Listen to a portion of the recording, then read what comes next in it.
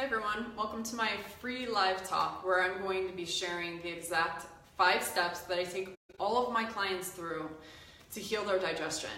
I'm also going to share with you some of the most common sources of digestive imbalance, as well as the 4 most important intestinal healers that everyone should be eating on a daily basis. So before we get started, I thought we could do a little self-assessment quiz where you could observe the overall function of your digestion, and I can help guide you to see what types of imbalance you may or may not have and how they may be manifesting in your body. So does this sound like you? Do you tend to have reactions to foods that are different from one day to the next day? So for example, an avocado may be digested really well one day and you may not have a reaction to it, and then the next day you eat an avocado and you have a really strong or strange response or reaction to it. Do you tend to suffer from chronic abdominal distension or bloating? And so if you eat something, then you may have a really strong response to it and become extremely bloated, and it may be difficult for you to resolve the bloating. Do you have acid reflux or chronic indigestion? Do you have constipation, loose bowel movements? Do your bowel movements fluctuate? So sometimes you may be constipated for certain days in a row, and then all of a sudden your digestion is working beautifully for a while, and then all of a sudden you have loose bowel movements. So you may have been diagnosed with irritable bowel syndrome. Do you have severe digestive diagnoses like inflammatory bowel disease, Crohn's disease, or colitis? Do you suffer from numerous dietary allergies or food intolerances?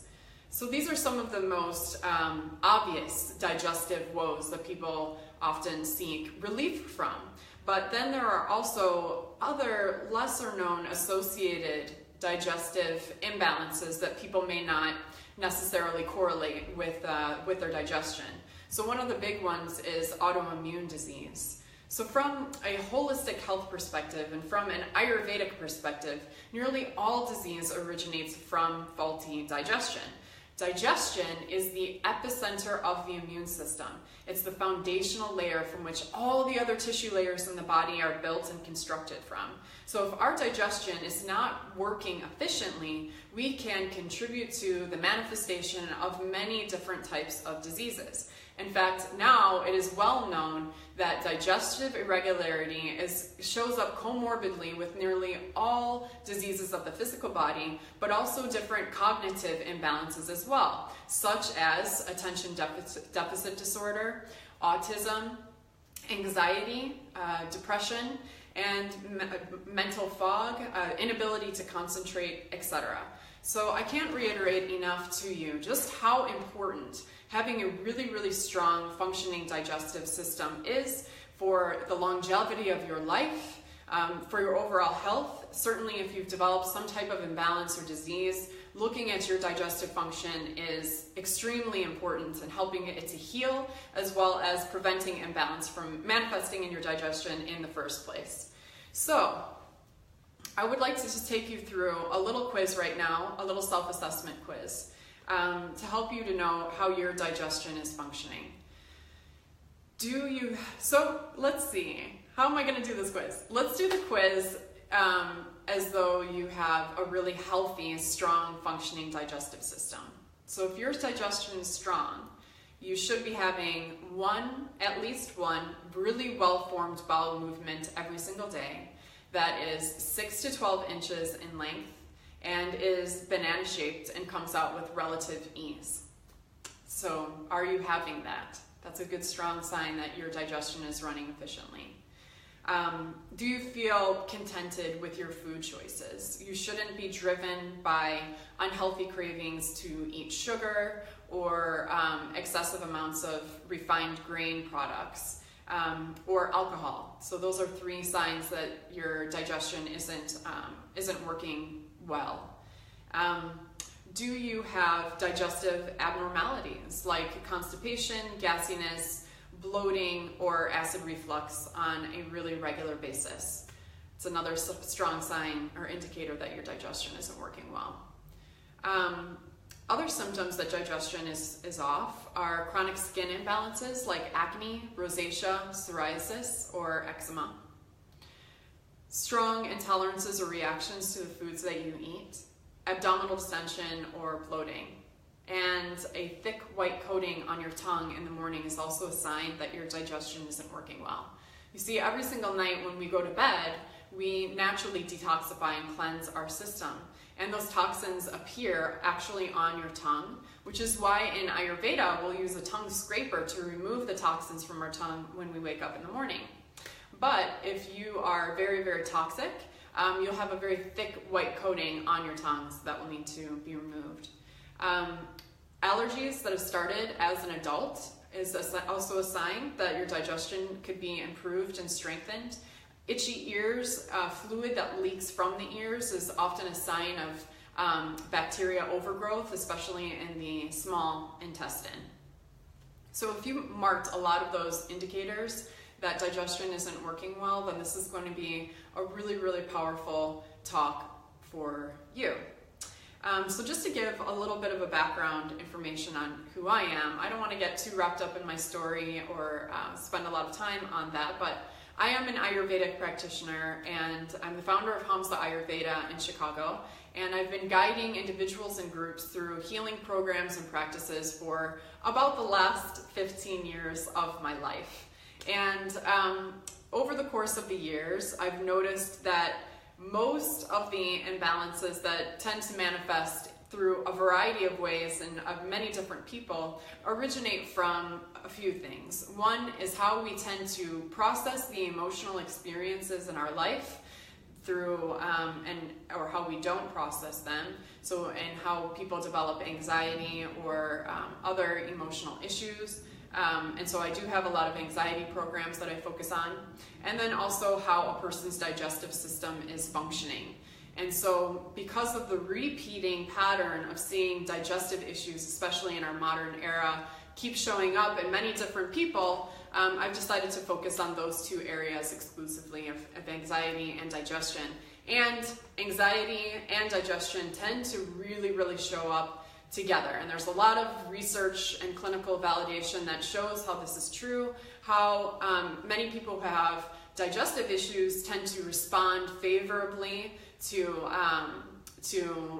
mind-body techniques or stress reduction techniques, meditation, etc., or even pharmaceutical medications like Prozac or other mood-stabilizing medications will help to regulate the digestive system in many people who have digestive issues. And the flip is also true. So people who have different anxiety issues or cognitive imbalances tend to respond favorably to having their digestive systems healed. So those two things really, really tend to show up together.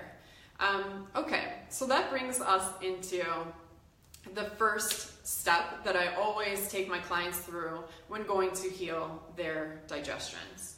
I do have some notes here.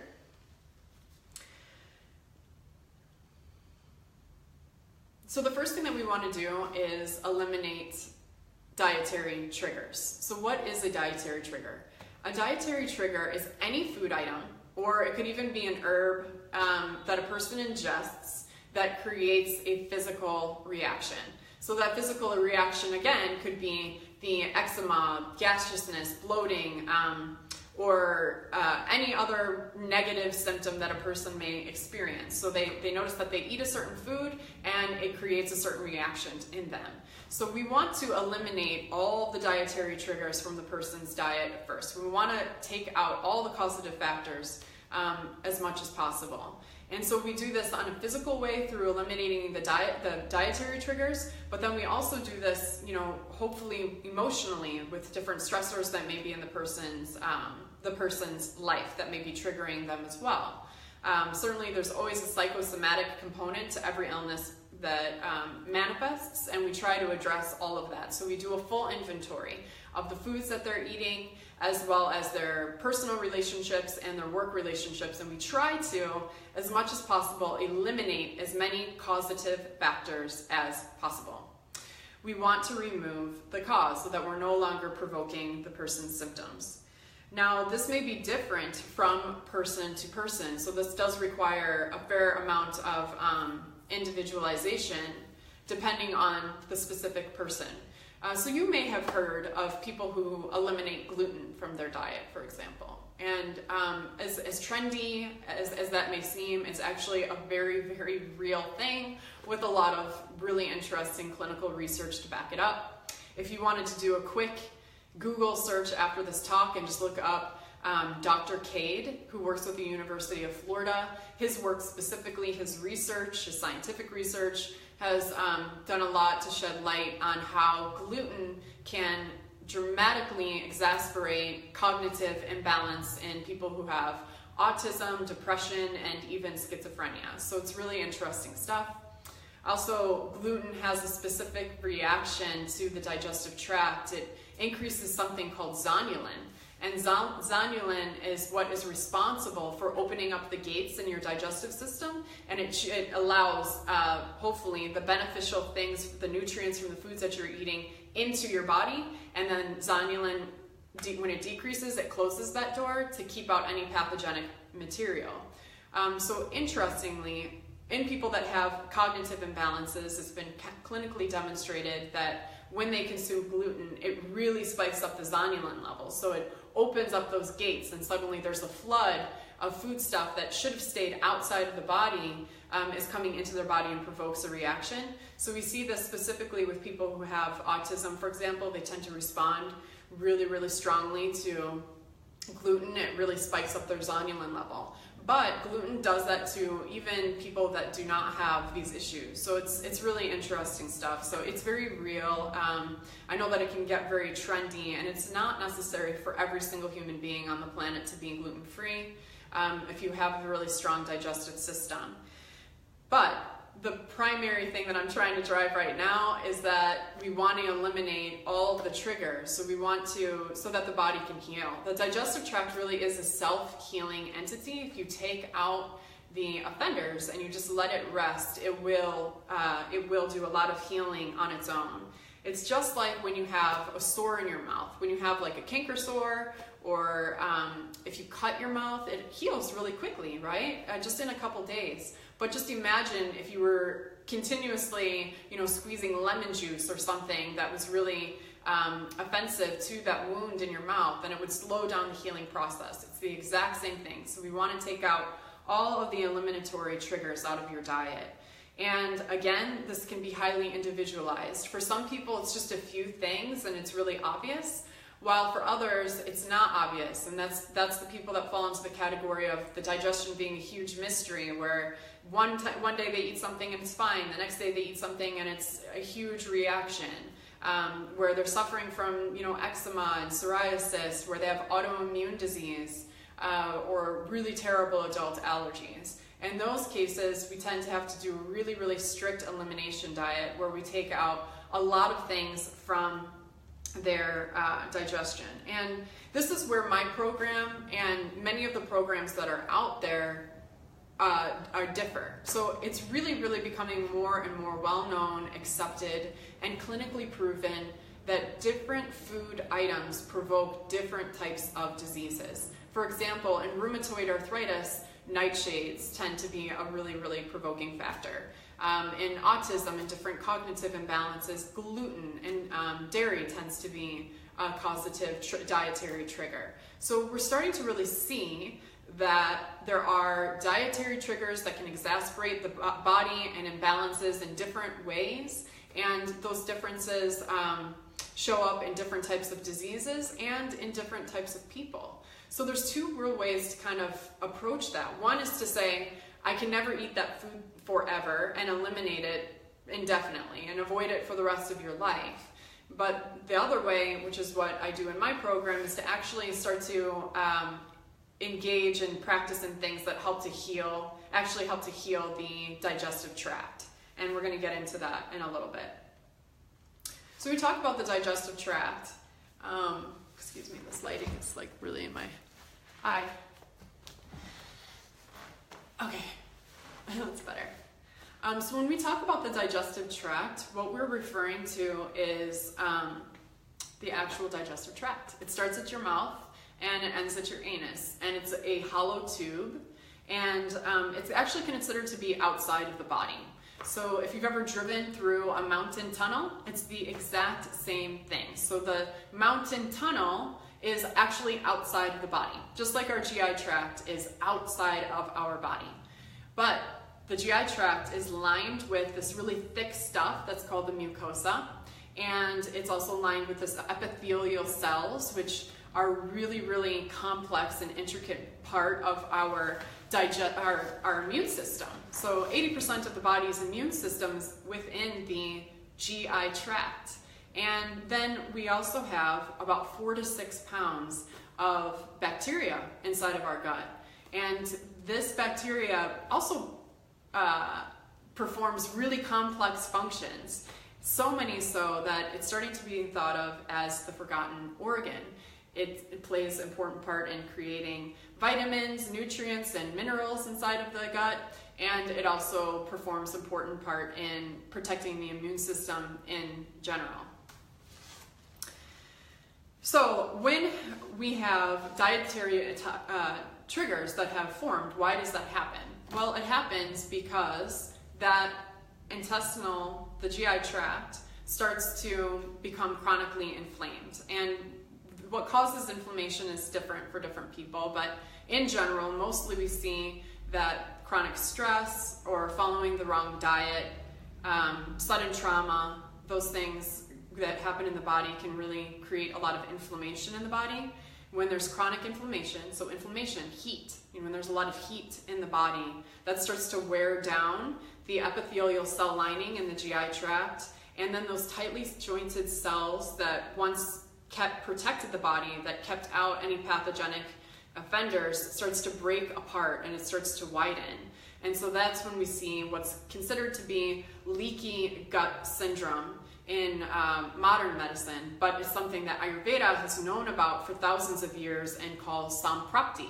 Samprapti is the pathogenesis of disease, and it tells the story about how imbalance originates from the gut and spreads through to the rest of the body.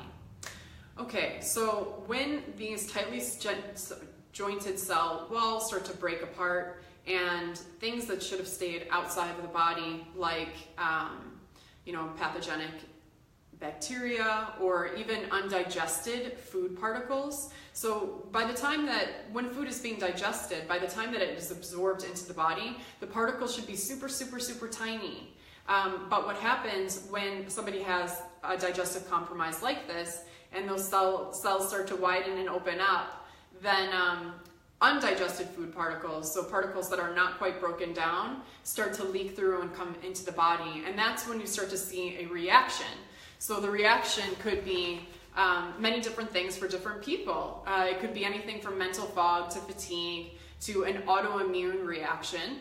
So an autoimmune response, which is, we see that a lot in different thyroid disorders or thyroid imbalances, which is why in autoimmune issues specifically, you usually want to really take out gluten and usually dairy as well.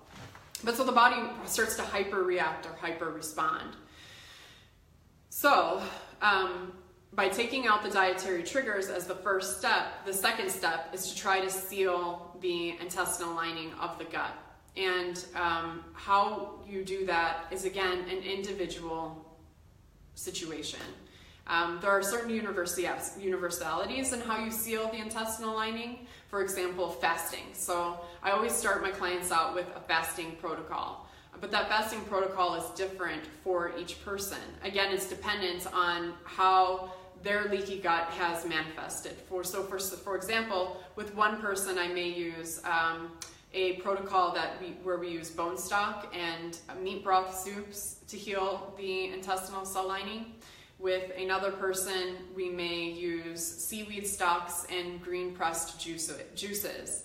And what determines what type of fasting protocol that we use with that specific client is, again, based on their history, their symptoms, their dietary triggers, and also their, how they feel about using animal-based products. Are they vegetarian? Are they vegan? Do they have strong aversions or moral issues with using certain foods? I take all of that into consideration for each and every single one of my clients.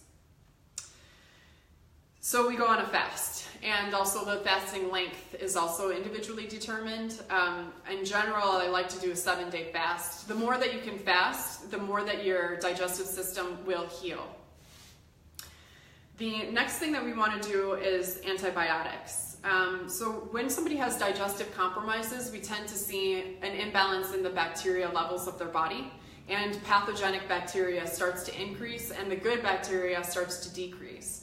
And so we want to avoid using pharmaceutical antibiotics as much as possible with people that have digestive compromises.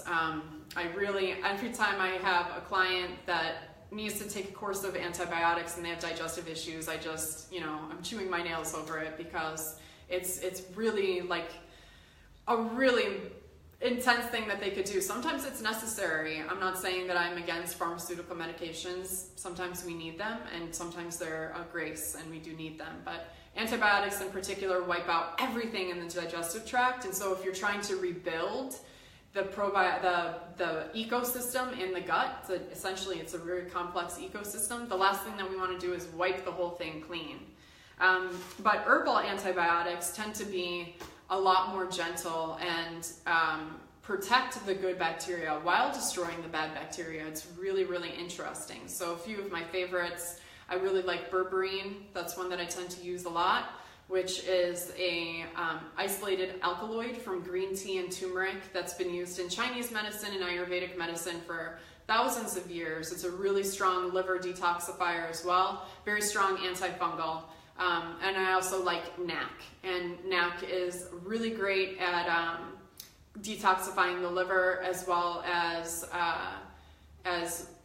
destroying pathogenic bacteria in the gut. Another great thing about NAC and berberine is they help make the muscle cells more receptive to insulin, which we see a lot of insulin receptivity issues when people that have gut issues as well. So basically sugar imbalance, and so they may crave to eat a lot of sugar because they're not getting the insulin that their body needs, but their muscle cells are resistant to it, so their muscle cells aren't accepting it, which, and so in modern medicine the solution is to give them more insulin. Their muscle cells aren't receiving the insulin, so give them more insulin. But what I like to do is make the actual muscle cells more receptive to take the insulin in. So NAC will do that, and cinnamon also does that. It's been clinically proven to do that just as effectively as many pharmaceutical medications. It's very powerful stuff.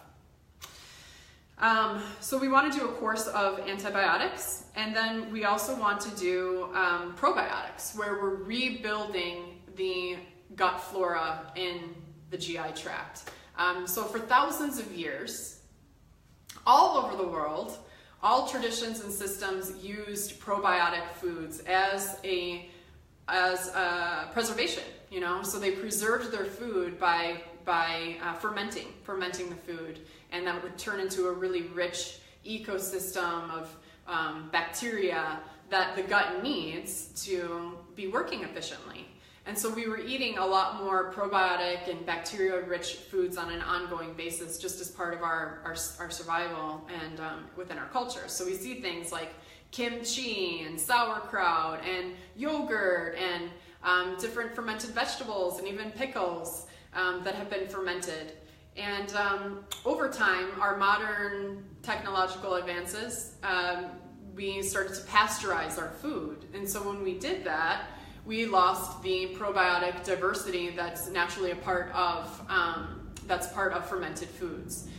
So we're no longer consuming our probiotic foods like we used to, and we're using more pasteurized foods. On top of that, we're using more antibiotics in our environment, so especially on our livestock. And a lot of people think that, because I don't take antibiotics, I'm fine. I'm free of the damages or the possible negative effects of the antibiotic, but that's not true, because we have a whole microbiome that's all over the entire earth, and anytime that we use antibiotics on our livestock, or anytime a person takes antibiotics themselves, we impact that microbiome that we all share together. So you don't have to take them to be impacted by the overuse of antibiotics that the World Health Organization even recognizes as a threat to everybody.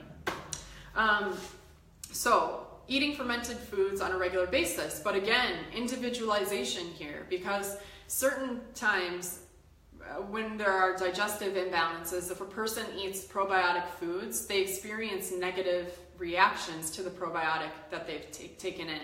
So a few of the common symptoms of a negative reaction from eating fermented foods is acne, rosacea, eczema, acid reflux, migraine, a lot of what Ayurveda would consider pitta-type responses or reactions. So from an Ayurvedic perspective, the fermented foods are considered to be sour, and sours can escalate or rise pitta dosha specifically. So for a person that has digestive compromises where you have to rebuild the beneficial bacteria in the gut, there are specific types of probiotic and fermented foods that we would use in different instances with different people. So for example, somebody that has a very pitta-genic constitution or pitta-type imbalances, we may use something called lassi, which is diluted yogurt. You dilute yogurt in water, and then you can further enhance the digestibility of the lassi or the yogurt by adding different spices to it that will increase the assimilation. Or if a person has really strong intolerances to dairy at the beginning of their program, then we may use like fermented coconut milk. You can make many different types of ferments that can be digestible for your constitutional type. But understanding which ones are better for your body and which ones to avoid is really important when you're trying to heal the intestinal wall. So in my program, I offer an 8-week-long digestive intestinal healing program where I take clients through this entire process from beginning to end. We eliminate all of the causative factors at the beginning, which again, I said are food, but also can be emotional as well. So we remove those. We allow the digestion to, step 1, rest through eliminating the dietary triggers and doing fasting methods. Step 2 is using a course of herbal antibiotics that are chosen for their constitution. Step 3 is using probiotic materials, again, that are customized and chosen specifically for their constitution and their imbalanced type. And then we start to broaden and diversify their diet by including foods back into their overall diet. And so by the end of the 8 weeks, you will have a very, very stable dietary program that works well for your constitution. I've said many times, and this is true, that dietary allergy tests are very, very limited and can be very misleading. So sometimes people will take an allergy test to try to figure out what's bothering them, but I promise you that if you come up with 12 things that are supposedly your allergies through a blood test or a skin test, in a year, if you take that same test, it's going to be different. So you may have some things that are still on that test, you may have additional things, because again, it goes back to what we were talking about earlier with when your GI tract is broken down and the intestinal cells have broken apart and you're letting in all these different foodstuffs into your body and your immune system is hyperreactive. It's kind of like a moving target. It's whatever was in your blood at that moment that your body was producing antibodies towards. So a common solution that you hear to this is to use a rotating diet. So maybe you've heard that, or if you have digestive issues, maybe you've tried that. So you are continuously rotating food in. But all that's really doing is it's rotating the food in so that your symptoms never really get, that bad, I guess. You can live in a way that you're coping. And most of the elimination diets that say eliminate gluten forever, eliminate dairy forever, are teaching you how to cope with what's wrong, but not really how to heal. So in my system, what we're actually doing is we're healing the GI tract. And the biggest ways that we're doing that, again, is by taking out all the causative factors. Yes, you have to eliminate it at first so that you're not provoking it anymore. But then you're fasting, so you're letting your digestion rest, which, again, just like when you have a mouth sore, that's part of your digestive tract, so you can actually see it yourself. If you get like a canker sore or a cut in your mouth, how fast that heals, that abrasion will heal. But if you took lemon juice and you squeezed it into that cut, you're going to keep it open, you're going to keep aggravating it. It's the same thing with the rest of your intestinal tract. So we want to remove all the causative factors and fast. And again, that fasting method or protocol is selected for you. Then we want to start using the intestinal healers specific for your diet, your digestive type, the antibiotics to kill off pathogenic bacteria, the probiotics to help with repopulating the gut. And then after that, we can start to diversify the diet a little bit more so that at the end of 8 weeks, you have a really strong foundational baseline diet that you know is for your body type. It's not a blood drawn at a laboratory. We've actually tested it on you, and we test out each and everything. At the end of the 8 weeks, you have a strong diet that you can live with, that you can travel, that you feel safe with. And after that, though, a lot of times people are like, well, how long? How long will it take for me to heal? The digestive tract takes a while, in that it will take about a year for you to really resolve the symptoms. So at the end of the 8 weeks with me, you will have a good solid diet that you can stick with. And then if you stick with the diet, then it will take about a year for most of your deeper symptoms to really resolve themselves. So it does take a commitment, but when you're in pain, you're ready and you're willing to make that commitment. So the fifth step that my clients need, that I believe everybody needs to heal their digestive system specifically, is mentorship and guidance. I just told you what to do, right? I told you what to do. Eliminate all of your dietary offenders, go on a stringent fast, start to use antibiotics, natural antibiotics and probiotics, and then diversify your diet. That's an ambitious undertaking to do totally on yourself without support or guidance. Also, having somebody that's an expert in herbology and an expert in detoxification and cleansing that can help you with recognizing your symptoms and how to use things in nature specific for your constitution can accelerate your healing process exponentially. You may not know specifically what type of fasting protocol would work for your constitution, or you may not know how to introduce the foods into your body so that you're starting with the least provoking food items so that you can diversify your diet as quickly as possible and saving the most likely to provoke your digestion for last. So mentorship and support is hugely important. I have mentors, I have teachers, I have coaches that I use for my professional well-being, for my personal well-being. It just really helps, to not undertake what we're trying to do all on our own. Certainly working with somebody that is an expert in their field can accelerate your healing exponentially. And when it comes to being sick in the body or in the mind, I don't know. Do you have time to waste? I don't. I want to be healthy and I want to be well and I want to be vibrant in living my most optimal life. That's why we're here. And I'm sure you do too. So that takes me to what I'm going to close out with, which is the 4 most important intestinal healers that every person should be eating on a daily basis. So the first one is dietary fats. I specifically love to use ghee a lot, like in my cooking and also just in eating. Ghee is a powerful intestinal healer. It's a really strong anti-inflammatory. It also has a lot of butyric acid in it, which butyric acid is what our cells in our GI tract rely on for peristalsis. Peristalsis is like when you swallow your food or you digest your food. It's the muscle cells in your GI tract do this like wave. That's peristalsis. And it needs butyric acid to do that. And ghee has a lot of that naturally within it. So ghee is great for people that have constipation or other motility issues in the GI tract. The next thing that is a really powerful intestinal healer that everybody should be eating on a daily basis falls underneath the category of mucilage herbs. So if you listen to that word mucilage, you hear mucus in there. So mucilage herbs help to restore the mucosa in the GI tract. And so it's a whole category of herbs, and I really like licorice root, marshmallow root, and slippery elm. And so you could, go to the grocery store and, purchase something like a lot of the teas that are used for when you have sick or when you're sick and you have a flu have a lot of mucilage herbs in them. So you could pick up some of those, especially as we move into the fall and the winter time here in Chicago. I'm not sure where you live, but using those can help with protecting the mucosal lining. Then the third thing that you want to make sure that you're eating a lot of is a diversity of spices.